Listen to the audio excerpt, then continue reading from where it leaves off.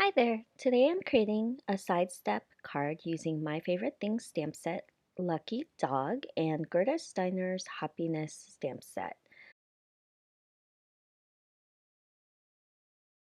I've already stamped out and cut out the images from the My Favorite Things stamp set, so I'm ready to color them. And for the Gerda Steiner Happiness set, I'm actually only using the fence that's in the set. For all the images that I'm coloring today, I'm using a mix of Copic markers and Spectrum Noir markers, and I'll be listing all the colors that I use down below and on my blog. And I don't know if you've noticed, but with my coloring, I keep it pretty simple. I use usually 2 markers per area, and I have a lot of go-tos, ones that I use repeatedly for shades of gray and shades of brown. And so I sometimes feel like my coloring isn't very helpful for anyone because I kind of do my own thing. I don't really care about the shading. I just usually use 2 shades of a color to create dimension. And I know that there are a lot of artists out there that are amazing with Copic markers, and I just don't think I'm one of them. I just like to create the idea behind cards, so I go through the coloring process a lot faster than another person would. And they have more details and they have more dimension and they like to blend a lot. Whereas I kind of color because I enjoy getting the images ready for a card versus coloring because I want it to look great. And for this particular dog, I don't know, I had some issues with him. I wanted to color him like 3 different colors, but then when I switched over to another color, it was exactly like the color that I used for the majority of this dog. But I think he's really cute. He's going to play a role in this when I use the fence from the Happiness stamp set. And I also wanted to stamp out the images of their toys. So there's the tennis balls and a little bone for them. So I'm going to work on my fence. I'm going to stamp out 2 of these fences together because I need it to be long enough for the side step. So I go ahead and use my Misty and I stamp the first one. And I stamp it twice just because I want a dark image. And I thought of just stamping it directly on there using the Misty, but I put a post-it there just in case so it doesn't get double stamped on the line, and it turned out perfectly, and I just used a marker to fill in the little gap that it left. So once this image was stamped out, I'm just going to go ahead and fussy cut this. This is a pretty simple image to fussy cut. Didn't take too much time, so I left it in the video. And for the fence itself, I obviously did not spend much time coloring it. I used the broad tip of a Copic marker and just colored the entire thing.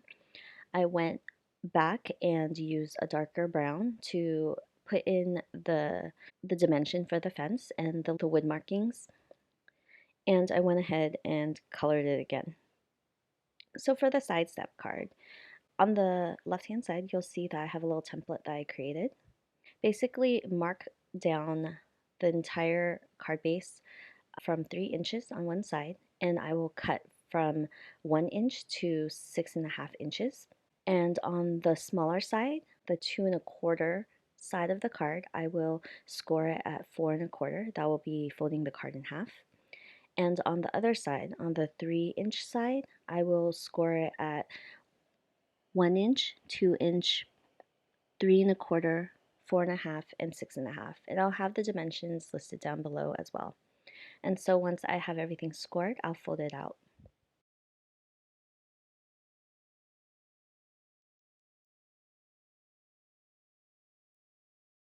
I wanted to create a doghouse for the side of the card, so I'm choosing this dark red cardstock to create like a doghouse effect. And I'm gonna go ahead and trim 3/4 inch strips of this red paper. And I'm also gonna add a little dimension using distress inks. I'm using aged mahogany and black soot. And this actually just adds the look of the layers of this doghouse. And I've never really seen a doghouse, but from cartoons, this is how I imagined it to look in my head. So the side of the card will be the doghouse. So I also want to create grass for the other side of the card and for the front of the card. So I'm using this green cardstock and using a Sweet Stamp Shop grass die to cut out grassy edges. And I also want to add a little dimension to that as well. So I will use Mowed Lawn Distress ink to the edges, and it just adds a little bit of dimension so it doesn't look super flat.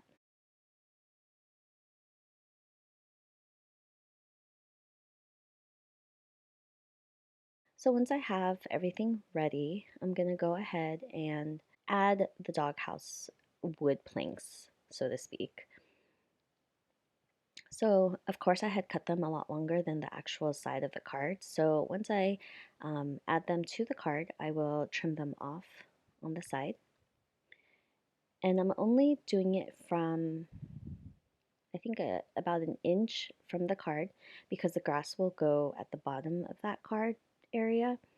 So I just have to worry about adding the little planks on here for the doghouse. And so you'll notice that I leave some planks hanging over the edge, and this is because I want to cut them at an angle so it looks like the top of a doghouse. So I have a little trouble cutting it only because it's of how the card is laid out.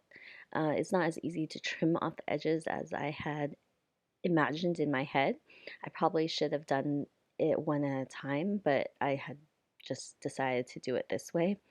And I use my paper cutter to trim off an angle so there's the top of the doghouse. And I'll take my scissors and carefully cut to create the roof. And I'm adding score tape just to some places where my tape runner didn't get on the card. So I wanted to also create a little door for the dog house, and I used a piece of black cardstock, and I kind of just eyeballed it to see if the dog fit and if it wasn't too wide. I also wanted to add corners to this, and I don't have a corner punch, so I just used my envelope maker. They have a corner punch on it, so I just punched the corners for the top part of the door. So it leaves a little curve, and I think it looks really cute. So moving on to assembling all the card pieces. And playing with the grass a lot because I don't like how the white is peeking up from behind on the steps. The solution is just to use a Copic marker that matches and color in those white pieces, and it's not as noticeable. And I ended up only having to do it for, I think, the second step because I kept trimming it and it ended up being a little bit short. There's no exact dimensions for these grassy pieces because I just kept cutting it as I wanted it to look.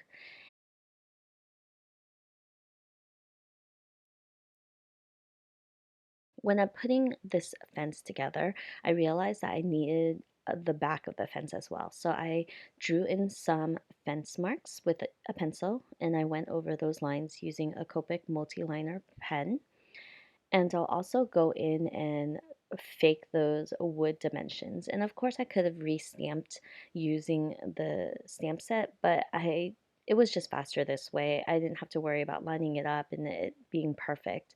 And I colored it the exact same way using the broad tip of the Copic marker and going in with a darker marker for the dimension. So this way you can see the dog that has the face and his butt on the other side. So for the fence itself, I wanted it where the dog is standing on the card. So I lined it up and I added the dog and I added the fence and then I trimmed off any excess because of course it was longer than the side step of the card.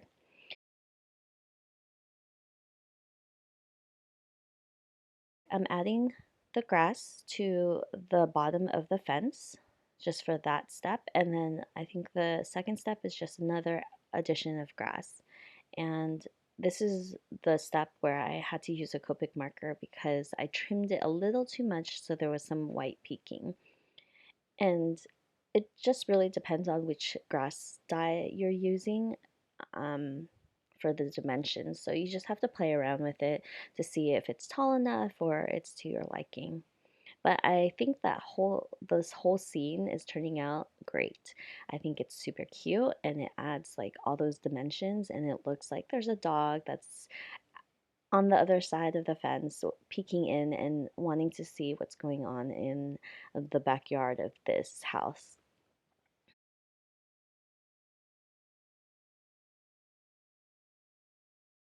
So I have all my dog pieces colored and ready to be added to the card. So I'm just playing around with it, seeing where I want everything to go. And of course, I want the first dog to be in the doghouse because he was like the big dog. And I'm just gonna add the little bone, the tennis ball, um, and the three other doggies onto this card. And I think that although there are a lot of dogs for one card, it turned out really, really cute. And this is for a friend who really loves dogs. So I don't think she'll mind that there's like extra dogs in here. And the tennis ball and the bone kind of add a little playful element to this because it's just not the dogs. I'm also taking a Copic marker that's a little darker than the cardstock that I used, and I'm adding a little shadow on the bottom of all the images just so it looks like, it's sitting on the grass. So I also want to add a sentiment. I picked out wishing you a happy birthday, and I'm opening this card and laying it flat so I can stamp out this sentiment and heat emboss it with white. I think that white will make it pop the best. I think black would have been kind of lost in it. I'm sure you could see it, but I think that the white just looks a lot better.